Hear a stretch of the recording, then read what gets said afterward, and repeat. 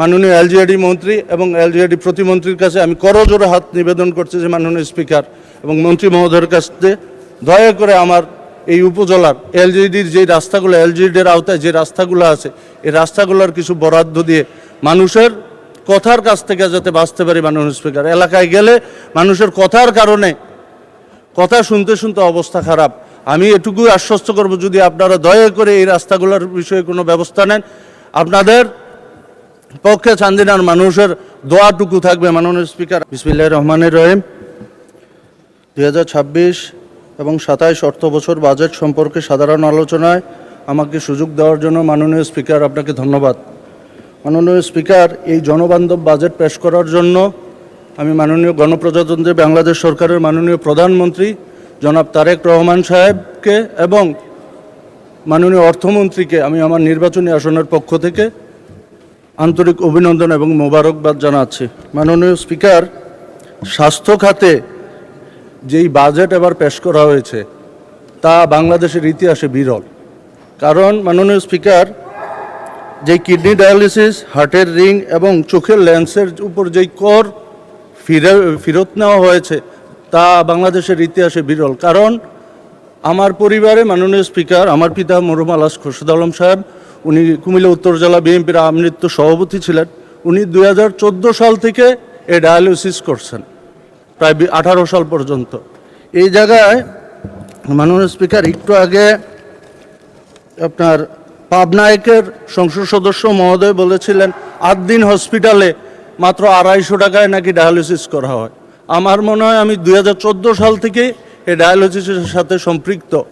আমার মনে হয় না সারা বাংলাদেশে কোনো জায়গায় 250 টাকায় ডায়ালিসিস হয়। মাননীয় স্পিকার, 2020 সাল থেকে আমার মাও ডায়ালিসিস করতেছে, আজও বদি, আজকেও করছে স্কোয়ারে, যার মূল্য প্রায় 5600 টাকা।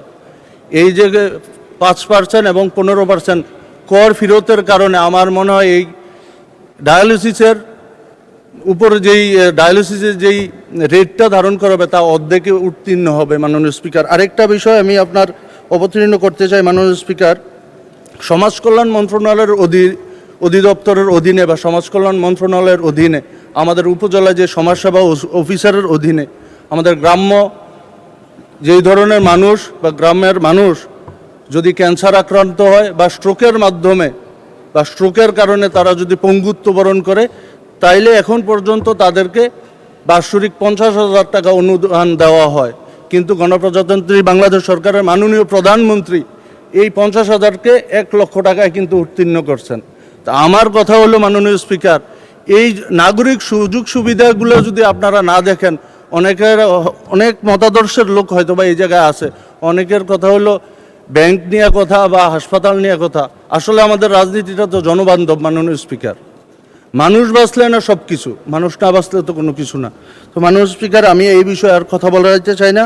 আমি শুধু এটুকুই বলতে চাই, আমার নির্বাচনী আসন 255 কুমিল্লা 7, আমার নির্বাচনী আসনে 13টি ইউনিয়ন, 1টি উপজেলা অবস্থিত ও 1টি পৌরসভা আছে। মাননীয় স্পিকার, আপনার রাষ্ট্রপতির ভাষণের উপরে আলোচনা বাজেটে আমি কথা বলার পর মাননীয় স্বাস্থ্যমন্ত্রী মহোদয় কুমিল্লা মেডিকেল কলেজে উনি পরিদর্শনে গেছেন। ফেরার পথে চান্দিনা মেডিকেল কলেজ, চান্দিনা আমার হাসপাতালে, সরকারি হাসপাতালে উনি গিয়েছেন। যাওয়ার ফলশ্রুতিতে অন স্পটেই গণপ্রজাতন্ত্রী বাংলাদেশ সরকারের মাননীয় প্রধানমন্ত্রী ওনাকে ফোন দিয়ে ওনার অবস্থান জানতে চাইছেন। এরপর উনি বলছে আমি চান্দিনা আছি।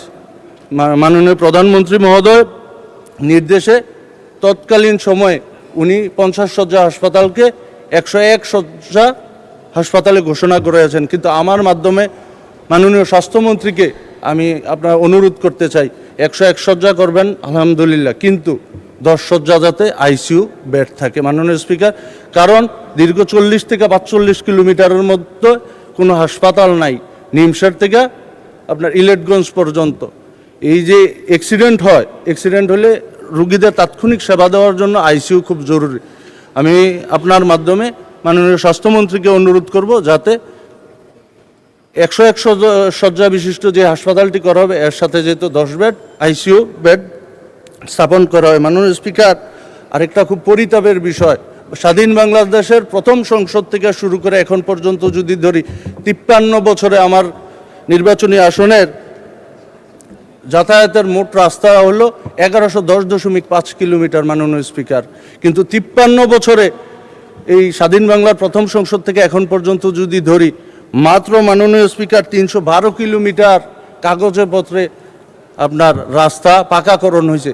এই যে পাকাকরণগুলো আছে 312 কিলোমিটার, এর মধ্যে মাননীয় স্পিকার 80% চলাচলের অযোগ্য। আর পরিতাপের বিষয় মাননীয় স্পিকার 780 কিলোমিটার রাস্তা এখনো কাঁচা। মাননীয় স্পিকার, আমি আপনার মাধ্যমে মাননীয় এলজিইডি মন্ত্রী এবং এলজিইডি প্রতিমন্ত্রীর কাছে আমি করজোড়ে হাত নিবেদন করছি যে মাননীয় স্পিকার এবং মন্ত্রী মহোদয়ের কাছে দয়া করে আমার এই উপজেলার এলজিইডির যে রাস্তাগুলো, এলজিইডির আওতায় যে রাস্তাগুলো আছে, এই রাস্তাগুলোর কিছু বরাদ্দ দিয়ে মানুষের কথার কাছ থেকে যাতে বাঁচতে পারি। মাননীয় স্পিকার, এলাকায় গেলে মানুষের কথার কারণে কথা শুনতে শুনতে অবস্থা খারাপ। আমি এটুকু আশ্বস্ত করব, যদি আপনারা দয়া করে এই রাস্তাগুলোর বিষয়ে কোনো ব্যবস্থা নেন, আপনাদের পক্ষে চান্দিনার মানুষের দোয়াটুকু থাকবে। মাননীয় স্পিকার, আরেকটা বিষয় মাননীয় স্পিকার আপনাকে অবহিত করতে চাই, যখন গত মাসেই মাননীয় স্পিকার আমাকে 1 মিনিট সময় আমার একটু বাড়িয়ে দিন। জি, 1 মিনিট বাড়ানো হলো।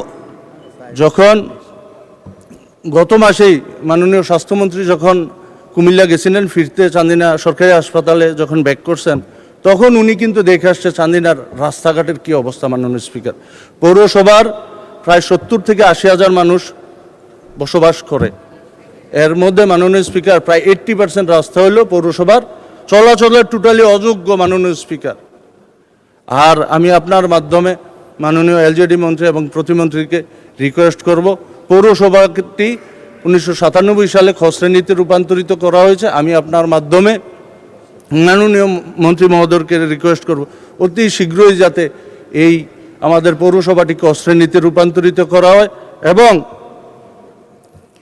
এই আরও 100 কোটি টাকার মতো বা 200 কোটি টাকা যদি বরাদ্দ দেওয়া হয়, তাহলে পৌরসভার নাগরিক সুযোগ সুবিধা থেকে মানুষ যে বঞ্চিত হয়েছে দীর্ঘদিন, এই জিনিস থেকে কিন্তু লাঘব হবে। মাননীয় স্পিকার, তো মাননীয় স্পিকার আমি আর কথা বাড়াবো না।